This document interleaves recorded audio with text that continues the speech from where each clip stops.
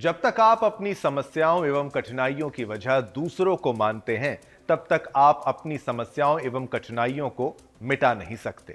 नमस्कार, आप देख रहे हैं सुदर्शन न्यूज। मैं हूं आपके साथ शिवम दत्त मेहता। 9 बज चुके हैं, समय हो चुका है आपके पसंदीदा शो यानी जनमत का, एकमात्र ऐसा शो जहां आप हर खबर पर पोल के माध्यम से भाग लेते हैं।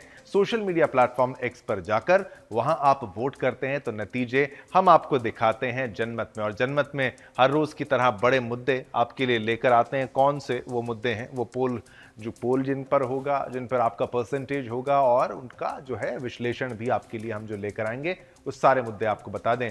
वीर सावरकर जी पर सियासत हो रही है। क्यों हो रही है भाई? जब कॉलेज का नाम रख दिया गया प्रधानमंत्री नरेंद्र मोदी जी द्वारा, तो विपक्ष को क्यों मिर्ची लग गई? एक स्वतंत्रता सेनानी से इतनी चिढ़ क्यों है विपक्ष को? इसका विश्लेषण भी बनता है। आज विस्तार से समझाएंगे। जो वीर सावरकर जी उनके बारे में आपको बताएंगे। फिर बिल्कुल बीपीएससी पर विवाद कैसे हैं, प्रशांत किशोर जो है वो आमरण अनशन कर रहे हैं, तो पप्पू यादव यहां पर एक तरीके से पैदल मार्च निकाल रहे हैं। तो बीपीएससी यानी छात्रों के लिए दोनों ही आवाज बुलंद कर रहे हैं, लेकिन हर कोई बताना चाहता है कि मैं छात्रों के लिए ज्यादा सोचता हूं। फिर चलिए आगे बढ़ते हैं। इसके बाद बात करेंगे, ये तो 2 मुद्दे। फिर लॉरेंस ने फंसाया। लॉरेंस वाला मुद्दा भी इसलिए कि भाई कैसे जो डीएसपी रैंक का व्यक्ति था उसको बर्खास्त कर दिया गया, और किस लिए बर्खास्त कर दिया गया कि भाई इंटरव्यू कैसे उसका हो गया। और बंगाल का butcher, the butcher of Bengal, यानी ये वो व्यक्ति है, अब इसको पढ़ाया जाएगा बांग्लादेश में, स्कूलों में पढ़ाया जाएगा, बताया जाएगा कि ये वो है। कौन है ये? वो व्यक्ति है जिसने हिंदुओं का नरसंहार किया था, बांग्लादेश बना भी नहीं था। चलिए शुरुआत करते हैं खबरों की। पहला मुद्दा आपके लिए बांग्लादेश का ही हम लेकर आए हैं। बांग्लादेश में शेख हसीना के सत्ता से हटने के बाद से स्थिति में गंभीर बदलाव आया है। नई सरकार के तहत कट्टरपंथी इस्लामवादी विचारधाराओं को बढ़ावा दिया जा रहा है, जो बांग्लादेश की बहुलवादी संस्कृति और शांति प्रिय समाज के लिए खतरा बनता जा रहा है। हाल ही में बांग्लादेश की शिक्षा प्रणाली में इस्लामवाद के बढ़े प्रभाव को, यानी उसके बढ़ते प्रभाव को लेकर चिंता जताई जा रही है। खासकर कक्षा 3 की पाठ्यपुस्तक बांग्लादेश और विश्व, यानी बांग्लादेश एंड द वर्ल्ड में हुसैन शहीद, यानी हुसैन शहीद सुहारवर्दी पर विशेष अध्याय जोड़ने को लेकर विवाद हो चुका है। यह कदम बांग्लादेश में इस्लामवाद को मुख्य धारा में लाने की कोशिश के रूप में देखा जा रहा है।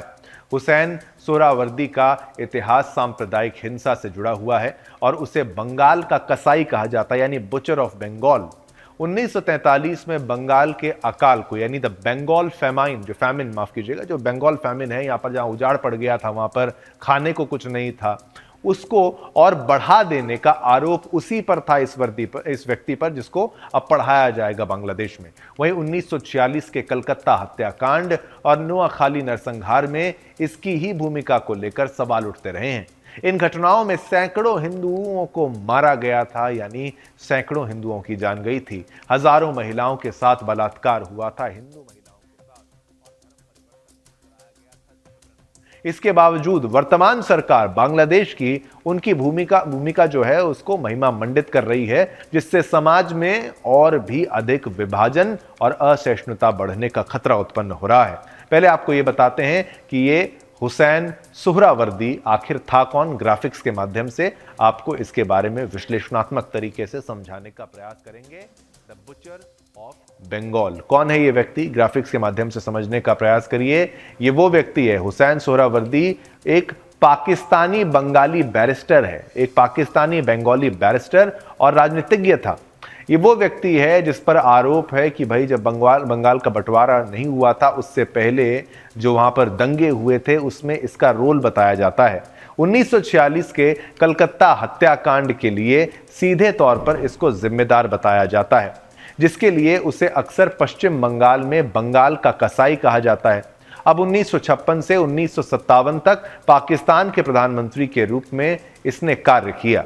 सोहरावर्दी को कोलकाता में गुंडों के राजा के रूप में जाना जाता था। देखिए, 1946 का कलकत्ता हत्याकांड एक सुनियोजित और भयावह हिंसा थी, जिसमें सोहरावर्दी ने मुस्लिम लीग के साथ मिलकर हिंदू समुदाय पर हमला किया था। इस हमले में हजारों हिंदू मारे गए और उनकी संपत्तियां लूट ली गईं। कि हिंसा न केवल समाज के लिए एक काला धब्बा बन गई, बल्कि इसे सुहरावर्दी द्वारा बढ़ावा दिया गया। ऐसे समय में जब बांग्लादेश के शिक्षा पाठ्यक्रम में इस तरह के व्यक्तित्व का महिमा मंडन किया जा रहा है, यह बांग्लादेश के भविष्य के लिए खतरनाक साबित हो सकता है। आइए आपको बताते हैं कि कैसे 1946 को कोलकाता में हुए हिंदुओं के नरसंहार में सुहरावर्दी ने और क्या कुछ किया था। देखिए, आपको समझाता हूं मैं टेक्स्ट के माध्यम से कि डायरेक्ट एक्शन डे और हुसैन सुहरावर्दी, ये क्या मामला है। इसमें समझिए, 16 अगस्त 1946 की सुबह कलकत्ता में हिंसा भड़क उठी थी। मुस्लिम लीग के नेताओं के भड़काऊ भाषणों ने इसे और भड़का दिया था। अब हुसैन सुहरावर्दी ने सभी इस्लामी मौलवियों को निर्देश दिया कि वे पाकिस्तान के निर्माण के लिए हर संभव प्रयास करें। उन्होंने हिंसक मुसलमानों को भरोसा दिलाया कि उन्हें कानूनी छूट मिलेगी और पुलिस हस्तक्षेप नहीं करेगी। इससे हथियारबंद भीड़ को हिंदू इलाकों में उत्पात मचाने का हौसला जो है वो और बढ़ गया। सुहरावर्दी ने कानून प्रवर्तन अधिकारियों पर प्रभावी रूप से लगाम लगाई, जिससे मुस्लिम गुंडों को प्रतिशोध के डर के बिना अपने हमले करने की अनुमति जो है वो मिल गई। लोहे की छड़ों, तलवारों और अन्य हथियारों से लैस मुस्लिम भीड़ ने कोलकाता शहर में हिंदू घरों और व्यवसायों को निशाना बनाया था। अब कॉलेज स्ट्रीट और बड़ा बाजार जैसे क्षेत्र, जहां पर मुसलमानों के लिए सामूहिक हत्या, बलात्कार और आगजनी के युद्ध क्षेत्र बन गए थे, जहां पर मुसलमानों ने तांडव मचा रखा था, हिंदुओं का कत्लेआम किया था, महिलाओं के साथ बलात्कार किया था और धर्म परिवर्तन का भी आरोप जो है जबरन किया गया था। साक्ष्य बताते हैं कि हिंसा स्वतः स्फूर्त नहीं थी, बल्कि एक सुनियोजित योजना थी। सब कुछ प्लान्ड था, ऐसा नहीं कि अचानक से हिंसा भड़क गई। पेट्रोल बम बनाने के लिए मुस्लिम लीग के मंत्रियों को पेट्रोल के विशेष कूपन जारी किए गए थे। सोचिए, कूपन दे दे के पेट्रोल बांटा जा रहा था। हजारों मुस्लिम गुंडों को भोजन उपलब्ध कराने के लिए खाद्यान्न और अनाज का भंडारण किया गया था, जिन्होंने 1946 में कलकत्ता में बड़े पैमाने पर नरसंहार को अंजाम दिया था। अब वहां पर मुसलमानों ने अक्टूबर और नवंबर 1946 में नोआखाली नरसंहार की योजना बनाई। नोआखाली में लगभग 5000 हिंदुओं की हत्या कर दी गई थी। कोई 5, 10, 15 या 100, 500 नहीं, 5000 हिंदुओं की हत्या कर दी गई थी। सुहरावर्दी का सहयोगी और मुस्लिम लीग नेता गुलाम सरवर हुसैनी इस नरसंहार का मास्टरमाइंड था। तो सोचिए, इस सुहरावर्दी जो कि डायरेक्ट एक्शन डे का जिम्मेदार था, उसमें जिस तरीके से हमला हुआ था हिंदुओं पर, 5000 हिंदुओं को मारा काटा गया था, उसका महिमा मंडन अब कक्षा 3 के जो बच्चे हैं उनको पढ़ाया जाएगा बांग्लादेश में। अब बांग्लादेश की बात करें तो बांग्लादेश में हिंदू अल्पसंख्यक समुदाय के खिलाफ हिंसा की घटनाएं लगातार बढ़ रही हैं। हाल ही में कई हिंदू मंदिरों और पूजा स्थलों पर हमले हुए हैं और हिंदू महिलाओं के खिलाफ अत्याचार में इजाफा हुआ है। ये हिंसा और असहिष्णुता की बढ़ती प्रवृत्तियां बांग्लादेश में इस्लामवादी विचारधारा के प्रभाव को साफ तौर पर दर्शाती हैं। इन घटनाओं से यह भी साफ होता है कि सरकार द्वारा कट्टरपंथी विचारों को बढ़ावा दिया जा रहा है, जो न केवल बांग्लादेश की बहुलवादी संस्कृति को नष्ट करेगा, बल्कि दक्षिण एशिया में धार्मिक असहिष्णुता का फैलाव करेगा। बांग्लादेश सरकार का यह कदम उस समय आया है जब भारतीय उपमहाद्वीप में धार्मिक सहिष्णुता और विभिन्न समुदायों के बीच सद्भाव की आवश्यकता है, जरूरी है। शिक्षा प्रणाली में कट्टरपंथी विचारधाराओं को समाहित करना बच्चों की मानसिकता को प्रभावित करेगा और समाज में हिंसा और भेदभाव को बढ़ावा देगा। अब समय आ गया है कि बांग्लादेश सरकार इन गलत कदमों को रोके और एक समावेशी, शांति प्रिय समाज की ओर कदम बढ़ाए। बांग्लादेश को यह सुनिश्चित करना चाहिए कि उसकी शिक्षा प्रणाली बच्चों को समानता, मानवता और सहिष्णुता के पाठ पढ़ाए, ना कि उन्हें विभाजन और नफरत की ओर धकेले। लेकिन वही बात है ना, अगर इनकी सोच जो कट्टरपंथी हो जाएगी, इस्लामवादी हो जाएगी और जिहादियों का समर्थन ये करेंगे, तो फिर अंततः बांग्लादेश तो उसका बेड़ा गर्क तो होगा ही होगा। जिस तरीके से पाकिस्तान बर्बाद हो चुका है, अपने बच्चों को क्या क्या पढ़ा रहा है वो हिंदुओं के खिलाफ और इतिहास को तोड़ मरोड़ के, वैसे ही अब बांग्लादेश में ना हो जाए। हम आशा करते हैं वहां पर काफी हिंदू अब भी बचे हुए हैं, उनकी जीवन को यहां पर खतरा हो जाएगा ऐसा गंदा इतिहास अगर वहां पर पढ़ाया जाता है बांग्लादेशी मुसलमान बच्चों को। खबर आपको दिखाई। अब इस खबर पर भी चलिए पोल के माध्यम से आपसे जो प्रश्न पूछा वो आपको बता देते हैं। हमने आपसे सोशल मीडिया प्लेटफॉर्म एक्स पर पोल के माध्यम से प्रश्न पूछा था, क्या बांग्लादेश से खत्म हो जाएगा हिंदुओं का अस्तित्व? 99% लोग कहते हैं हां, खत्म हो जाएगा हिंदुओं का अस्तित्व। चलिए, ये हमने आपको बांग्लादेश की खबर बताई, जहां पर बांग्लादेश यानी बंगाल के कसाई को अब बच्चों को पढ़ाया जाएगा, यानी the butcher of Bengal will be taught in schools. बहुत ही खतरनाक स्थिति है बांग्लादेश की। अब एक छोटा सा ब्रेक का वक्त है, लेकिन ब्रेक के उस पार क्या, कॉलेज का नाम वीर सावरकर जी के नाम पर जब रखा गया है तो विपक्ष को, खास तौर पर कांग्रेस को कैसे मिर्ची लगी है। विनायक दामोदर सावरकर, जिन्हें हम वीर सावरकर जी के नाम से जानते हैं, भारतीय स्वतंत्रता संग्राम के एक महान नायक थे। उन्होंने अपने जीवन को भारतीय स्वतंत्रता के लिए समर्पित किया और कई सालों तक ब्रिटिश साम्राज्य की यातनाएं भी सही हैं। सावरकर जी के योगदान को अक्सर राजनीतिक कारणों से नकारा गया है और उनके नाम को इतिहास से मिटाने की कोशिश की गई है। लेकिन आज जब उनके योगदान को सही जगह मिल रही है तो कुछ राजनीतिक दलों को यह स्वीकार करना कठिन हो रहा है। प्रधानमंत्री नरेंद्र मोदी ने दिल्ली में सावरकर जी के नाम से एक नए कॉलेज की नींव रखी, जो न केवल दिल्ली बल्कि पूरे देश के छात्रों के लिए एक बड़ा तोहफा है। दिल्ली विश्वविद्यालय में यह नया कॉलेज, जो 25 साल बाद खोला जा रहा है, वीर सावरकर जी के नाम से होगा। यह कदम दिल्ली विश्वविद्यालय के छात्रों के लिए बेहद महत्वपूर्ण है, क्योंकि इससे शिक्षा का स्तर और अवसर बढ़ेंगे। हालांकि यह निर्णय कुछ राजनीतिक दलों को नहीं भा रहा है और यह लाजमी भी है। कुछ दल पसंद नहीं करते हैं वीर सावरकर जी को। विशेषकर कांग्रेस ने इस पर विरोध जताया है और उनका कहना है कि यह कॉलेज डॉक्टर मनमोहन सिंह जी के नाम से खोला जाना चाहिए था।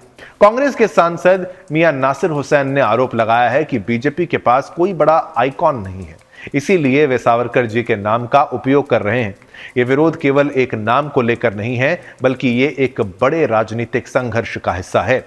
वीर सावरकर जी ने स्वतंत्रता संग्राम में अप्रतिम योगदान दिया था। वे एक ऐसे नेता थे जिन्होंने दो बार एक बार नहीं, 2 बार काला पानी की सजा झेली है और जेल की दीवारों पर अपनी वीरता की गाथाएं लिखी हैं। उनका भारत के स्वतंत्रता संग्राम में योगदान को उनके नकारना भारत माता का अपमान करना है। सावरकर जी ने हिंदू राष्ट्र की बात की थी और उनका यह दृष्टिकोण आज भी कई लोगों को आकर्षित करता है। फिर भी कांग्रेस और कुछ अन्य विपक्षी दल उनके नाम से घृणा करते हैं। वे सावरकर जी को सांप्रदायिकता और विभाजन से जोड़ते हैं, जबकि वीर सावरकर जी के समर्थक उन्हें भारतीय स्वतंत्रता संग्राम के एक महान योद्धा के रूप में देखते हैं। आइए एक नजर डालते हैं कि वीर सावरकर जी कौन थे, उनके इतिहास के बारे में प्रयास करेंगे ग्राफिक्स के माध्यम से और उनके बारे में बताने का। सावरकर जी का योगदान क्या है? क्रांतिकारी आंदोलन के ये सूत्रधार हैं। सावरकर जी ने ब्रिटिश साम्राज्य के हृदय यानी लंदन में क्रांतिकारी आंदोलन को संगठित किया था। उनकी प्रेरणा से भारतीय स्वतंत्रता संग्राम को एक नई दिशा मिली थी, एक नई डायरेक्शन मिली थी। 1857 की बात करें तो भारत का प्रथम स्वाधीनता संग्राम सावरकर जी ने सन 1857 की लड़ाई को भारत का प्रथम स्वाधीनता संग्राम करार दिया था। 1907 में उन्होंने इस पर लगभग 1000 पन्नों का यानी 1000 पृष्ठों का ऐतिहासिक ग्रंथ लिखा और पुस्तक स्वतंत्रता संग्राम के लिए जागरूकता बढ़ाने में मील का पत्थर साबित भी हुई थी। वो काफी बड़े लेखक भी थे। दुनिया के पहले प्रतिबंधित लेखक के रूप में उनको आप जानिए। प्रतिबंध कौन लगाता है? अंग्रेजी सरकार लगाती है उस समय। सावरकर जी, वीर सावरकर जी की पुस्तक को ब्रिटिश सरकार ने प्रकाशित होने से पहले ही प्रतिबंधित कर दिया था। यह किसी भी लेखक के लिए एक अभूतपूर्व घटना थी, एक बहुत बड़ा आघात है, बहुत बड़ा हमला है। लेखक अपने विचारों को साझा करना चाहता है, उसको अगर रोका जाए तो उनके ऊपर इससे बड़ा वार कोई नहीं हो सकता। अंतर्राष्ट्रीय न्यायालय में पहला भारतीय मामला वीर सावरकर जी का ही था। आपको बताएं, वीर सावरकर जी पहले भारतीय राजनीतिक कैदी थे जिनका मामला हेग के अंतर्राष्ट्रीय न्यायालय में सुना गया। इससे भारत की आजादी की आवाज वैश्विक स्तर पर उठी।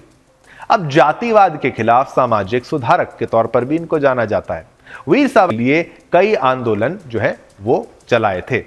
अब आगे बताते हैं और क्या है। गाय, धार्मिक प्रतीक से उपयोगी पशु तक, यानी सावरकर जी ने गाय को केवल धार्मिक प्रतीक नहीं माना बल्कि उसे उपयोगी पशु कहा। उन्होंने इसके वैज्ञानिक और आर्थिक महत्व को रेखांकित किया है।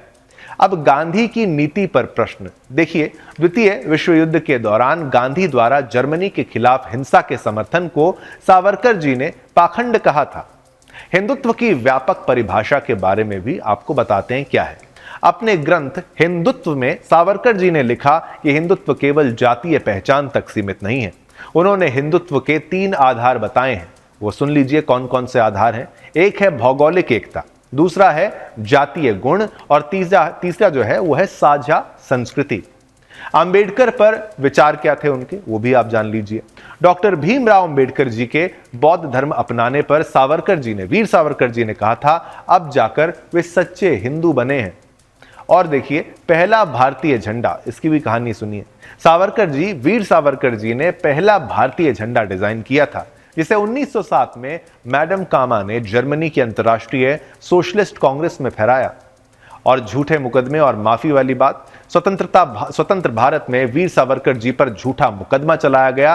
बाद में वे निर्दोष साबित हुए और सरकार ने माफी मांगी थी। 1962 में आपको बताएं, राष्ट्रीय सुरक्षा की भविष्यवाणी की उनकी जो एक कला है उसके बारे में जान लीजिए। 1962 में चीन के आक्रमण से 10 साल पहले सावरकर जी ने इस खतरे की चेतावनी दी थी, तो पहले ही वो बता चुके थे। और गोवा मुक्ति आंदोलन क्या है वो भी जान लीजिए। भारत की स्वतंत्रता के बाद गोवा की मुक्ति की सबसे पहले आवाज वीर सावरकर जी ने उठाई थी। वीर सावरकर जी एक बहुआयामी व्यक्तित्व के रूप में जाने जाते थे। सावरकर जी का योगदान भारतीय इतिहास में अद्वितीय है। उनकी क्रांतिकारी सोच, सामाजिक सुधार और राष्ट्रीय सुरक्षा पर दूरदृष्टि आज भी प्रेरणा का स्रोत है। अब ये जो जानकारी थी वो सावरकर जी के बारे में थी और आज की खबर भी आपको बताई।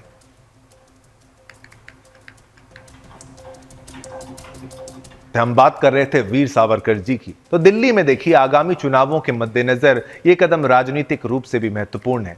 बीजेपी ने यह कदम उठाकर यानी कि वीर सावरकर जी के नाम पर कॉलेज का नाम रखने को लेकर एक स्पष्ट संदेश दिया है कि वे राष्ट्रवादी विचारधारा का समर्थन करते हैं और वीर सावरकर जी जैसे महान नायकों को सम्मानित करते हैं। जबकि कांग्रेस और आम आदमी पार्टी ने दिल्ली में कॉलेज खोलने के वादे किए थे, लेकिन 15 सालों में कोई नया कॉलेज नहीं खोला गया। अब जब बीजेपी ने यह कदम उठाया है तो कांग्रेस को अपनी राजनीति याद आने लगी है। यह दर्शाता है कि चुनावी राजनीति में पार्टियों का नजरिया किस तरह बदलता है और वे किस प्रकार अपने हितों के लिए ऐतिहासिक तथ्यों का उपयोग करते हैं। वीर सावरकर जी के नाम से कॉलेज की नींव रखना केवल एक शैक्षिक जो है पहल नहीं है, बल्कि ये एक ऐतिहासिक कृत्य है जो भारतीय स्वतंत्रता संग्राम के वास्तविक नायकों को सम्मानित करने का प्रयास है। ये कदम राष्ट्रवादी विचारधारा को सम्मान देने और उस इतिहास को पुनः स्थापित करने का संकेत है जिसे लंबे समय तक दबाया गया था। अब ये सवाल उठता है कि आखिर नेहरू गांधी परिवार के नाम पर सैकड़ों संस्थान बनाने वाली कांग्रेस को वीर सावरकर के नाम से क्या दिक्कत है। आइए आपको ये भी दिखा देते हैं कि नेहरू गांधी परिवार ने अपने नाम पर कितने संस्थानों को खोला और एक नाम से उन्हें दिक्कत जो है वो क्यों हो रही है, जो अब जाकर हो रही है। इसके लिए भी ग्राफिक्स के माध्यम से आपको कुछ डिटेल साझा करते हैं। जवाहरलाल नेहरू के नाम से संस्थाएं। अब जवाहरलाल नेहरू विश्वविद्यालय नई दिल्ली यानी JNU, Jawaharlal Nehru institute of post graduate medical education and research Pondicherry, ये भी एक है। और फिर कौन सा है, जवाहर भारतीय कॉलेज कवाली आंध्र प्रदेश, फिर जवाहरलाल नेहरू केंद्र बेंगलुरु, और उसके बाद आपको बताएं जवाहरलाल नेहरू कृषि विश्वविद्यालय जबलपुर, ये भी उनके नाम पर। फिर आता है नाम Jawaharlal Nehru national college of engineering Shimoga Karnataka. अब ये देखिए नेहरू के नाम पर जो Motilal Nehru school of arts Delhi यानी मोतीलाल नेहरू कॉलेज दिल्ली भी आप यहां पर जोड़ लीजिए। मोतीलाल नेहरू गर्ल्स कॉलेज यहाँ प्रयागराज, जिसको ये लोग उत्तर प्रदेश में इलाहाबाद बोलते हैं, तो वो भी इनके द्वारा। अब ये संस्थाएं जो हैं वो बनाई गई। इंदिरा गांधी राष्ट्रीय मुक्त विश्वविद्यालय इग्नू, जिसकी बात की जाती है, ओपन लर्निंग डिस्टेंस एजुकेशन नई Delhi. Indira Gandhi institute of medical sciences Patna Bihar. Indira Gandhi institute of development research IGIDR Mumbai Maharashtra. फिर आता है Indira Gandhi institute of technology IGIT Delhi. इनकी बात भी आपको बताइए। अब जानिए राजीव गांधी के नाम से कौन कौन सी संस्थाएं हैं। Rajiv Gandhi engineering college Bhopal Madhya Pradesh. फिर आता है राजीव गांधी राष्ट्रीय विधि विश्वविद्यालय पटना बिहार। तो देखिए गांधी परिवार, नेहरू परिवार के नाम से या इंदिरा गांधी कह लीजिए, सभी के नाम से कॉलेज यूनिवर्सिटीज इन्होंने बनाई है। और एक अगर वीर सावरकर जी के नाम पर कॉलेज बनता है तो उससे कितनी बड़ी परेशानी है।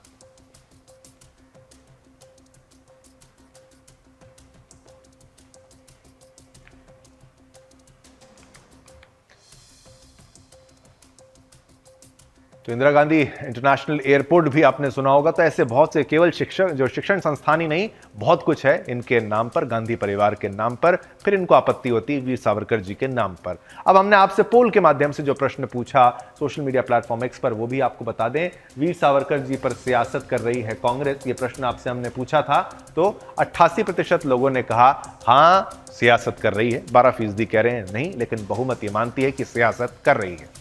बात करेंगे बीपीएससी परीक्षा की और बिहार के छात्रों की। बीपीएससी परीक्षा को लेकर पटना में जारी धरना प्रदर्शन अब एक नई दिशा में जो है चला जा चुका है, मोड़ ले चुका है, जहां जन स्वराज के संस्थापक प्रशांत किशोर ने बीपीएससी परीक्षा को रद्द करने और दोबारा परीक्षा कराने की मांग को लेकर आमरण अनशन शुरू कर दिया है। हालांकि इस प्रदर्शन के बाद पटना जिला प्रशासन ने बिना इजाजत के भूख हड़ताल पर बैठने और पटना हाईकोर्ट के आदेश का उल्लंघन करने के आरोप में प्रशांत किशोर और उसके सहयोगियों के खिलाफ एफआईआर दर्ज कर दी है। वहीं दूसरी ओर पूर्णिया के सांसद पप्पू यादव ने भी इस मामले पर शुक्रवार को बिहार बंद करने की घोषणा की। आपको बता दें कि प्रशांत किशोर ने बिहार सरकार और बीपीएससी को 5 सूत्री मांग को लेकर 48 घंटों का अल्टीमेटम दिया था, जिसमें उनका प्रमुख मुद्दा बीपीएससी परीक्षा का पुनः आयोजन री एग्जाम था। सोमवार को मुख्य सचिव के साथ छात्रों के प्रतिनिधि मंडल की मुलाकात के बाद प्रशांत किशोर ने चेतावनी दी थी कि यदि सरकार ने उनकी मांगों को नहीं माना तो 2 जनवरी से इस आंदोलन को और तेज किया जाएगा। इसके बाद 2 जनवरी को प्रशांत किशोर जन स्वराज के कार्यकर्ताओं और बीपीएससी अभ्यर्थियों के साथ पटना के गांधी मैदान में आमरण अनशन पर बैठ गए। इस अनशन के माध्यम से उन्होंने न केवल बीपीएससी के री एग्जाम की मांग की, बल्कि कई मुद्दों पर नीतीश कुमार की सरकार के खिलाफ मोर्चा भी खोल दिया। उनका यह आंदोलन सरकार पर दबाव बनाने के लिए भी किया जा रहा है, ताकि अभ्यर्थियों के अधिकारों की रक्षा की जा सके। बीपीएससी अभ्यर्थी 13 दिसंबर से पटना में डटे हुए हैं और पूरी परीक्षा रद्द करने की मांग कर रहे हैं। बीपीएससी ने बापू परीक्षा केंद्र के परीक्षा रद्द करने दी है और लेकिन बाकी की परीक्षाओं को रद्द करने से मना कर दिया है। वहीं दूसरी ओर पूर्णिया के निर्दलीय सांसद और कांग्रेस नेता राजेश रंजन उर्फ पप्पू यादव ने शुक्रवार को बिहार बंद का आह्वान किया है। पप्पू यादव ने राज्य के परीक्षार्थियों के आंदोलन का समर्थन करते हुए कहा कि शुक्रवार 5 जनवरी को सुबह 9 बजे से 11 बजे तक सड़क और रेल यातायात को रोककर BPSC Bihar public service commission के आंदोलन को अपना समर्थन देंगे। पप्पू यादव ने इस आंदोलन में शामिल होने के लिए बिहार वासियों से भी अपील की है और इस मामले में जल्द समाधान की उम्मीद जताई है। पप्पू यादव का कहना है कि यह आंदोलन बिहार के युवाओं के अधिकारों की रक्षा के लिए महत्वपूर्ण है और सरकार को जल्द से जल्द इसका समाधान निकालना चाहिए।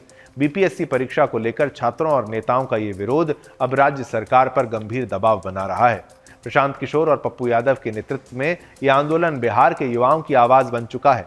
राज्य सरकार को इस मामले में जल्द से जल्द समाधान निकालने की आवश्यकता है, ताकि छात्र समुदाय का विश्वास सरकार पर बना रहे। प्रशांत किशोर के अनशन और पप्पू यादव के बिहार बंद के आह्वान से यह स्पष्ट है कि बिहार में परीक्षा प्रणाली के सुधार और युवाओं के अधिकारों की रक्षा के लिए एक सशक्त आंदोलन का जन्म हो चुका है। अब देखना यह होगा कि सरकार इस आंदोलन के खिलाफ किस दिशा में कदम उठाती है और क्या वे छात्रों की जायज मांग हैं उनका समाधान कर पाएगी या नहीं कर पाएगी। चलिए, बिहार की खबर भी आपको हमने बताई, जहां पर पोल भी आपके लिए इस खबर पर हमने लिया है, जहां पोल में हमने आपसे प्रश्न पूछा है कि बीपीएससी आंदोलन से अभ्यर्थियों को क्या न्याय मिलेगा। तो ये आंदोलन से न्याय मिलेगा नहीं मिलेगा, और ये विचित्र जवाब आप देखिएगा, हाँ बोलने वाले केवल 40% हैं, ना बोलने वाले 60% लोग हैं। यहां कहते हैं कि बीपीएससी आंदोलन से अभ्यर्थियों को कोई न्याय नहीं मिलेगा।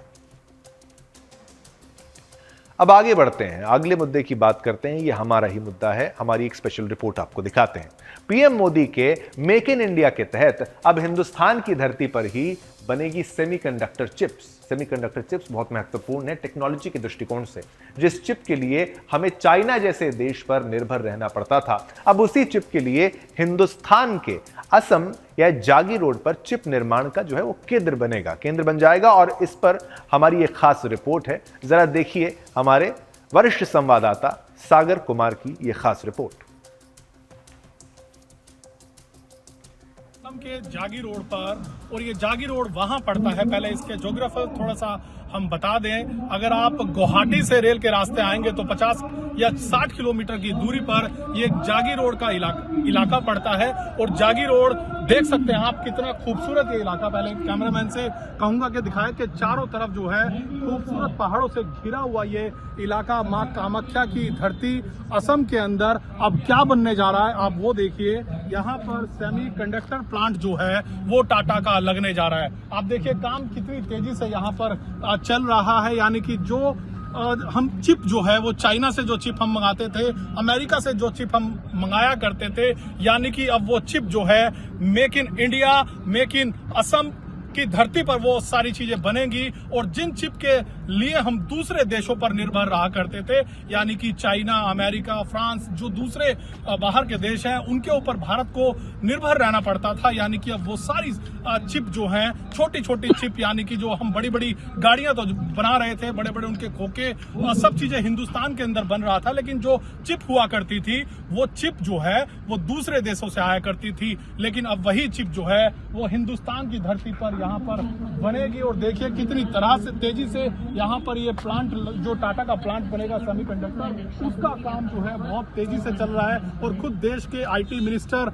और रेल मिनिस्टर अश्वनी वैष्णव जी ने कुछ ही देर पहले यहाँ पर अभी भूमि पूजन किया है। और वहां पर जो तमाम जो करीब 40,000 के करीब इसमें दिन रात वर्कर काम करेंगे। और वहां पर अभी खुद अश्वनी वैष्णव उनको संबोधित कर रहे हैं। और ये इस तरह का वो पूरा चार्ट बनाया गया है कि किस तरह का ये प्रोजेक्ट होगा, कितना बड़ा ये सेमीकंडक्टर प्लांट जो है वो बनेगा। तो एक बहुत बड़ी खुशखबरी हिंदुस्तान के लिए होगा। और यहाँ पर से ही इतनी खूबसूरत जगह से देखिए, इसी साल से यानी कि 2025 से ही ये सेमीकंडक्टर जो है बनने शुरू हो जाएंगे और देश के अंदर यहाँ से बनेंगे। और बल्कि चाइना जैसा देश भी अब घबराएगा, क्योंकि सेमीकंडक्टर चिप जो है, जो हमें चाइना से लेनी पड़ती थी, अब वो चिप हिंदुस्तान की मां कामाख्या की धरती पर बनेगी।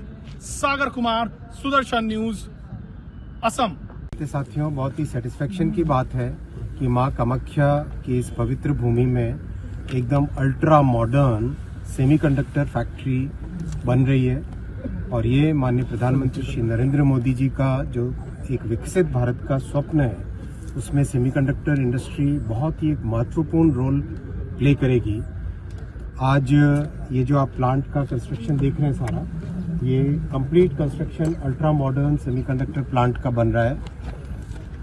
असम में इनिशिएटिव ये लेकर अष्टलक्ष्मी के प्रति जो देश के प्रधानमंत्री श्री नरेंद्र मोदी जी का संकल्प है कि अष्टलक्ष्मी को पूरी तरह से विकसित करना है, यहाँ रहने वाले अपने सभी साथियों को एक भविष्य की मॉडर्न इंडस्ट्री देना है, वो सपना यहाँ पर आज सच हुआ। तो देखिए, असम की धरती पर सेमीकंडक्टर चिप्स बनेंगे। सोचिए, पिछली सरकारों में क्या ये संभव था? मैं क्या इस मौजूदा सरकार की बात कोई गुणगान नहीं करता, लेकिन पॉलिसीज अगर अच्छी रहें तो उन्नति का मार्ग कहीं पर भी खोला जा सकता है, शुरुआत उसकी हो सकती है। असम में अब रोजगार बढ़ेगा। एक तरीके से सेमीकंडक्टर चिप्स अगर बनेंगी तो टेक्नोलॉजिकली वो पूरा का पूरा क्षेत्र एडवांस्ड हो जाएगा और इससे बहुत लंबा फायदा होने वाला है। चलिए अब अगली खबर का भी रुख करते हैं। मुद्दे बहुत सारे हैं, समय बहुत कम रहता है हमारे पास। बात करेंगे यमन की। यमन में भारतीय नर्स यानी निमिषा प्रिया का मामला अब अंतर्राष्ट्रीय स्तर पर चर्चा में है।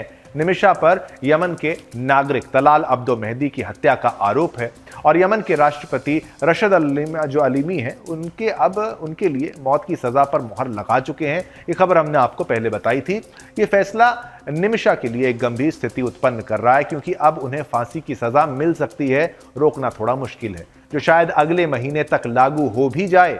हालांकि इस फैसले के खिलाफ अब भी एक आखिरी रास्ता बचा है। यमन के शरिया कानून के तहत ब्लड मनी यानी मुआवजा देकर मौत की सजा को टाला जा सकता है। ब्लड मनी वह रकम होती है जिसे हत्या के आरोपी को पीड़ित परिवार को भुगतान करना होता है, ताकि मृतक के परिवार से माफी प्राप्त की जा सके। ये पूरी तरह से पीड़ित परिवार पर निर्भर करता है कि वे इस मुआवजे को स्वीकार करते हैं या नहीं। आइए पहले आपको विस्तार से बताते हैं कि ब्लड मनी आखिर क्या चीज है। ग्राफिक्स के माध्यम से आपको ये समझाने का प्रयास करते हैं। ब्लड मनी क्या होती है, ये जानिए। शरिया कानून के मुताबिक पीड़ित पक्ष को अपराधियों की सजा तय करने का हक जो है बिल्कुल दिया गया है। हत्या के मामले में मौत की सजा है। अगर हत्या करोगे तो आपको वहां पर आपकी भी हत्या ही हो जाएगी, आपकी मौत हो जाएगी, आपको मार दिया जाएगा। लेकिन पीड़ित का परिवार पैसे लेकर दोषी को माफ कर सकता है। इसे ही ब्लड मनी कहा जाता है। जिसका जिक्र इनके अनुसार कुरान में भी किया गया है। इस मामले में ब्लड मनी के आधार पर निमिषा को माफी मिल सकती है। निमिषा को 2.5 से 3.5 करोड़ रुपए तक, यानी 2.5 करोड़ से 3.5 करोड़ रुपए तक ब्लड मनी देनी होगी। देखिए, ग्राफिक से भी आपको समझाया। तो निमिषा की मां ने इस मामले में भारत सरकार से गुहार लगाई है और भारत सरकार से हर संभव मदद का आश्वासन जो है उन्होंने भारत सरकार ने भी दिया है और मांगी है मदद इनके परिवार ने। भारत का विदेश मंत्रालय इस मामले में सक्रिय रूप से काम कर रहा है ताकि किसी तरह निमिषा की जान बचाई जा सके। यमन एक इस्लामिक देश है और वहां के कानून शरिया के अनुसार चलते हैं। शरिया कानून में अगर किसी व्यक्ति पर हत्या का आरोप साबित होता है तो उसे मौत की सजा दी जा सकती है। इस मामले में निमिषा ने यमन की सुप्रीम कोर्ट में माफी की अपील की थी, लेकिन 2023 में इसे खारिज कर दिया गया था। इसके बाद यह मामला राष्ट्रपति के पास भेजा गया, जिन्होंने 30 दिसंबर 2024 को, सोचिए 30 दिसंबर हाल ही की बात है, इसको मौत की सजा के आदेश को मंजूरी दे दी थी। अब निमिषा के परिवार और उनके वकील ये उम्मीद कर रहे हैं कि पीड़ित परिवार ब्लड मनी स्वीकार करेगा, जिससे निमिषा को फांसी की सजा से बचाया जा सकता है। इस समय निमिषा की जिंदगी एक नाजुक मोड़ पर खड़ी है। भारत सरकार और उनके परिवार के वकील पूरी कोशिश कर रहे हैं कि इस अंतिम अवसर पर सही उपयोग करके इस समय का निमिषा की जान को बचाया जा सके। तो ब्लड मनी देनी होगी, उसके बाद जान को बचा लिया जाएगा। चलिए, ये हमने आपको खबर बताई और एक और मुख्य खबर का भी अब रुख कर लेते हैं, तुरंत फटाफट आपको वही बता देते हैं। अब बात करेंगे अमेरिका की। अमेरिका के लुइसियाना राज्य के न्यू ऑरलियंस शहर में गाड़ी से रौंदकर और फायरिंग करके 15 लोगों की हत्या करने वाले शमसुद्दीन जब्बार को लेकर कई तथ्य सामने आए, कई प्रूफ सामने आए हैं। जब्बार की अगर बात करें, जब्बार ने यह आतंकी हमला टाइम स्क्वायर पर इजराइल विरोधी प्रदर्शनकारियों द्वारा इंतिफादा क्रांति का आह्वान करने के 1 घंटे बाद किया। आतंकी जब्बार का संबंध उसके पड़ोस की मस्जिद बिलाल से भी बताया जा रहा है। जांच में सामने आया है कि जब्बार ह्यूस्टन के बाहरी इलाके में एक गंदे ट्रेलर पार्क में रहता था, जहां ज्यादातर मुस्लिम अप्रवासी रहते थे। जब्बार ने अपने घर में बत्तख, मुर्गे, मुर्गियां और भेड़ें पाल रखी थी और हमले के बाद जब मीडिया उसके घर के पास पहुंची तो ये जीव वहां खुलेआम घूम रहे थे। आतंकी हमले के बाद मस्जिद बिलाल के लोगों के मीडिया और एजेंसियों ने संपर्क करने की कोशिश की, लेकिन वहां किसी ने जवाब नहीं दिया। वहीं जब अधिकारी जांच करने के लिए ट्रेलर यानी उसके घर में पहुंचे तो कई आपत्तिजनक सामान उनके पास वहां से बरामद हुए। अधिकारियों को उसके बेडरूम से बम बनाने की सामग्री मिली और साथ ही साथ उनका जो धर्म ग्रंथ है मुसलमानों का, कुरान भी मिला। कुरान खुली हुई मिली और कुरान की खुली हुई आयत वहां पर दिखी और जिसमें लिखा है कि वे अल्लाह के लिए लड़ते हैं और मरते हैं और मारे जाते हैं। इसके साथ ही एफबीआई ने फ्रेंच क्वार्टर में बर्फ के कूलर में लगाए गए 2 इम्प्रोवाइज्ड एक्सप्लोजिव डिवाइस यानी आईईडी बरामद किए हैं। जांच में सामने आया है कि हमलावर अकेले काम नहीं कर रहा था, क्योंकि सीसीटीवी फुटेज में 3 पुरुष और 1 महिला को उन आईईडीज को लगाते हुए दिखाया गया है। वे अपने वाहन में आईईडी के लिए रिमोट डेटोनेटर ले जा रहे थे। अधिकारियों ने आतंकी जब्बार की कार से एक handgun, AR style rifle gun और पाइप बम सहित कई इंप्रोवाइज्ड एक्सप्लोजिव डिवाइसेज यानी आईईडीज बरामद किए हैं। बता दें कि आतंकी जब्बार ने अमेरिकी सेना में 1 दशक तक काम किया और 2009 से 19 तक अफगानिस्तान में यह तैनात रहा। उसने 2015 में सक्रिय ड्यूटी और 2020 में रिजर्व ड्यूटी छोड़ दी। हमले को अंजाम देने से पहले उसने आईसिस के प्रति अपनी निष्ठा की घोषणा करते हुए एक वीडियो ऑनलाइन पोस्ट किया।